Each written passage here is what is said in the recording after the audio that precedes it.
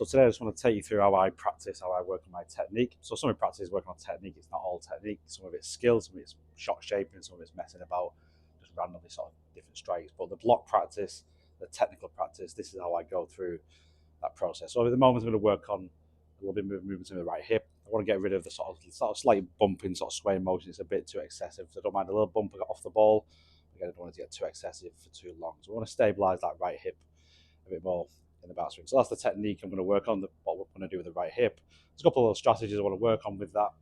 One of those is using the mirror, so mirror work, being able to look in the mirror and obviously be able to sort of rehearse and see the correct motion. So I'm looking for this hip socket not to really move laterally too much. They say don't mind a little bit, but again, I don't want it to go right for too long. So I want to stabilize into that hip socket, get internal rotation into that position. So that's going to help me with the recoil. That's going to help me with consistency of ball striking. Obviously, that's specific to me. That doesn't mean you have to go away and work on that. This is my practice session. So again, there's a couple of strategies, mirror work. And I've also got train aids. I've got plenty of train aids here in the studio.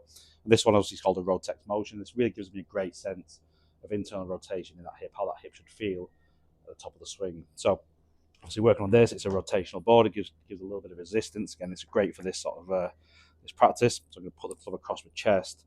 I'm going to basically create a backswing. So I'm going to create rotation in the rib cage, in the chest, and try and rotate the foot inwards. So I'm trying to feel that in the hip socket, that stretching, that coiling inwards motion of the foot. So if I can coil that inwards, I want to put that back on the floor, I can really feel how the foot is now gripping the floor and coiling into the hip. So I'm getting a feel, and obviously that's what a trainer is there for. It's there to give us a feeling, a sensation that we can then translate into the golf swing. So I might do a little bit of mirror work, feel that hip loading in the backswing, really checking it how it looks, and checking how it feels, how that sensation should feel, again rotating that inwards, turn against it, turn it inwards, feel that coiling motion, and obviously then translate that across into a golf shot. So again, I'm going to do a couple of rehearsals, feel that hip coil,